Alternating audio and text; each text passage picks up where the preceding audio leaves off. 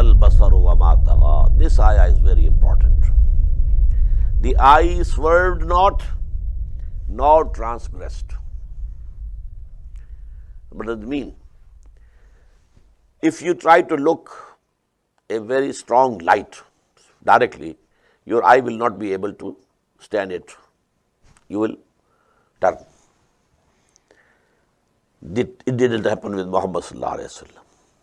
His eyes kept seeing.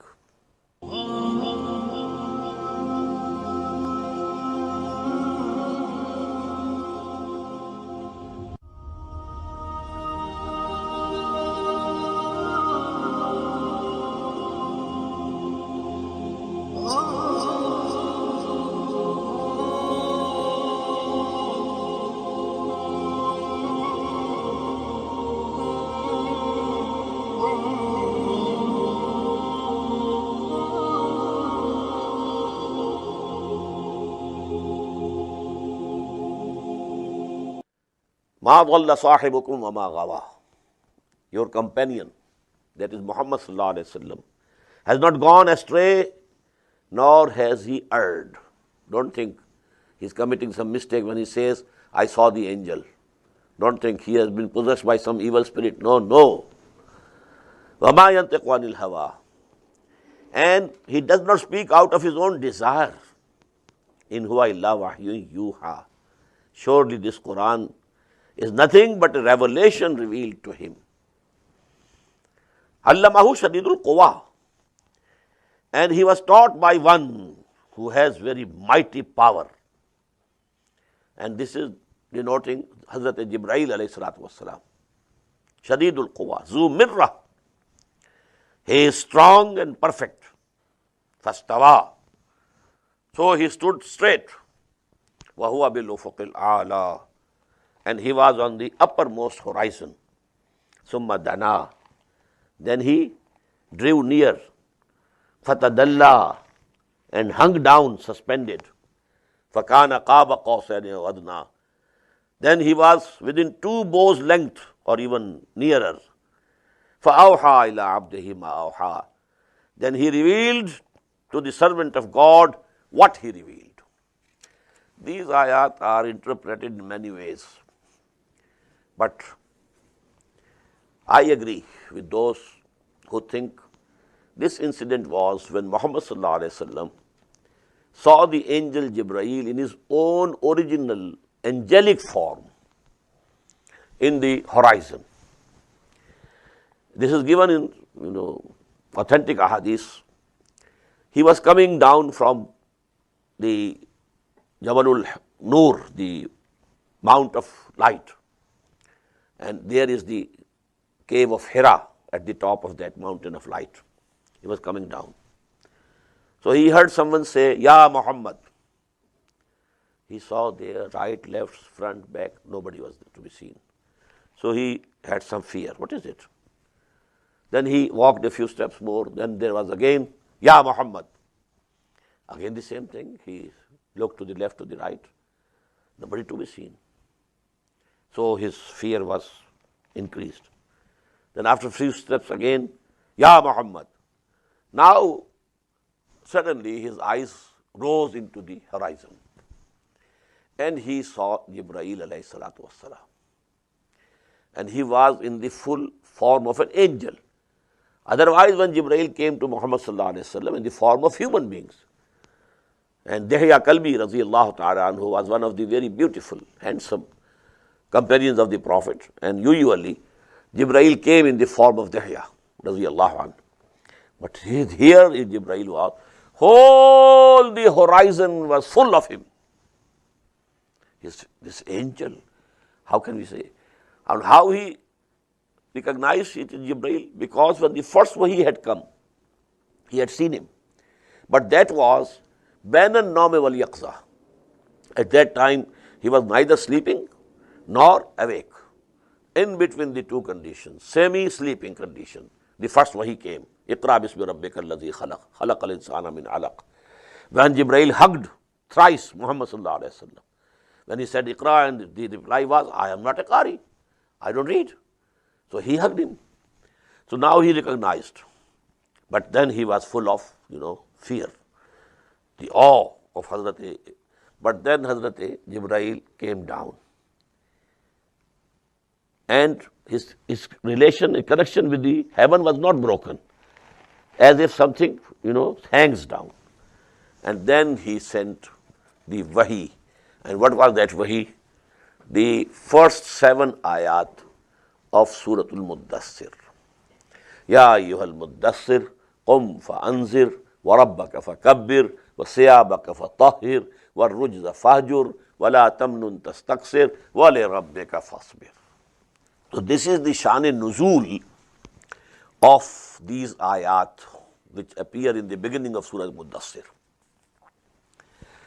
Ma kadhaba al-fuadu ma ra'a. The heart didn't belie that what he saw. What does it mean? Sometimes you see something, but you have doubt. But what I am seeing, is it okay? It is correct? Am I awake, or I am seeing a dream? Aanchmi binem ya Rabb bedari siyab khab. I am seeing it in actuality or in a dream.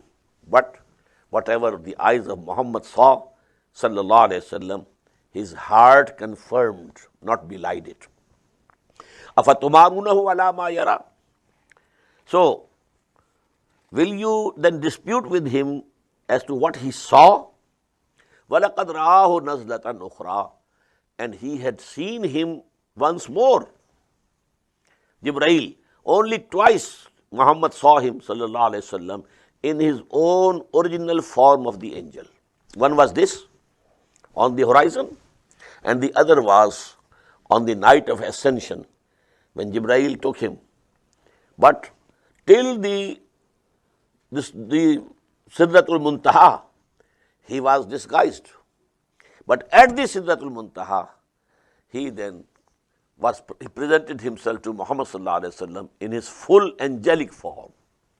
And that was the second time, when Muhammad sallallahu alaihi wasallam saw Jibreel alayhi salatu wasalam as a full angel, in original form of an angel.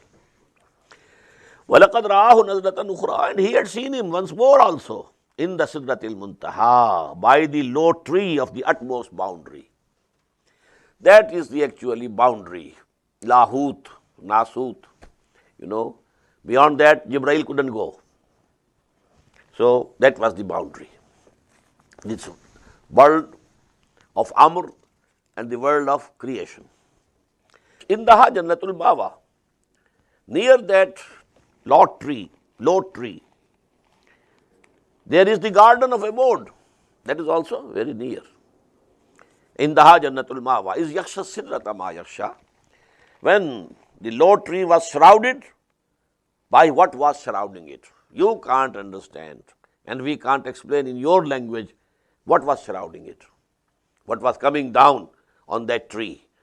The anwar, the lights of Allah subhanahu wa ta'ala. Our language cannot express them. So, ma yaksha is yaksha sidrata ma yaksha. When that tree was covered by what was it covered by? Ma zaghal basaru wa ma tagha. This ayah is very important. The eye swerved not, nor transgressed. What does it mean? If you try to look a very strong light directly, your eye will not be able to stand it. You will turn. It didn't happen with Muhammad sallallahu alaihi wasallam. His eyes kept seeing. He had that capacity. But also there are limits. If you are in the presence of someone who is very big, very high, you don't lift your eyes more than a certain limit. So this was also there. The eyes of Muhammad sallallahu alaihi wasallam did not cross the limits of abdiyah, ma tagha, neither transgressed the limits of abdiyah. He was abd of Allah. Allah was the Lord of him. So, though both things, neither the sight swerved nor it transgressed. And there is a very beautiful couplet of Iqbal. And I could understand this ayah only after reading that couplet. ऐने विसाल में मुझे हौसला-ए नजर न था. हौसला-ए nazar, the courage to see. Here the opposite of this Iqbal has put there. ऐने विसाल में मुझे हौसला-ए नजर न था. When I was very close to my beloved, I didn't have the courage to see her or him, whatever it is. Garche bahana ju rahi meri nigahe beadab. Although my sight was not muaddab and it tried to transgress. So I was trying to transgress, but I couldn't see. ऐने विसाल में मुझे हौसला-ए नजर न था, गर्चे बहाना जू रही मेरी निगाह बेअदब. But here ma zagal basar wa ma tagha. Neither the sight swerved nor transgressed the limit. Laqad ra'a min ayati rabbihil kubra. Verily he saw the biggest signs of his Lord.